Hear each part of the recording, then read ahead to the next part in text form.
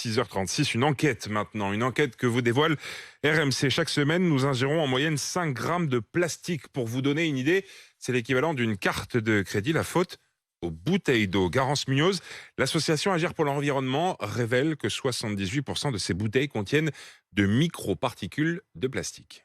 Sur 9 bouteilles d'eau testées, 7 sont contaminées au microplastique. Or, ceux-ci ne se dégradent pas une fois dans notre organisme. Bien au contraire, explique Nathalie Gontard de l'Institut de recherche pour l'agriculture, l'alimentation et l'environnement. Notre corps n'est pas équipé pour s'en débarrasser. Les enzymes ne vont absolument pas attaquer ce plastique qui va perdurer jusqu'à notre mort. Et ensuite, créer des déséquilibres, des destructions cellulaires, des cancers. Même si ces dangers sont encore difficiles à chiffrer, le principe de précaution devrait être respecté, alerte Stéphane Kirchhoff, directeur d'Agir pour l'environnement. On assiste à des industriels qui continuent à mettre sur le marché massivement, sans jamais s'intéresser aux effets potentiels de la migration des microplastiques. En France, ce sont presque 9 milliards de litres d'eau en bouteilles qui sont vendus chaque année, un scandale sanitaire d'après lui. On demande à ce que les publics sensibles, femmes enceintes, bébés, enfants, ne soient plus exposés à de l'eau embouteillée en plastique. On a vu que d'ailleurs dans notre analyse, c'est une bouteille destinée aux enfants qui est concentrée le plus de microparticules et une interdiction générale des bouteilles plastiques et des plastiques à usage unique d'ici la fin du quinquennat, c'est-à-dire 2027. Les buveurs d'eau en bouteille concentrent 22 fois plus de microparticules que les buveurs d'eau au robinet.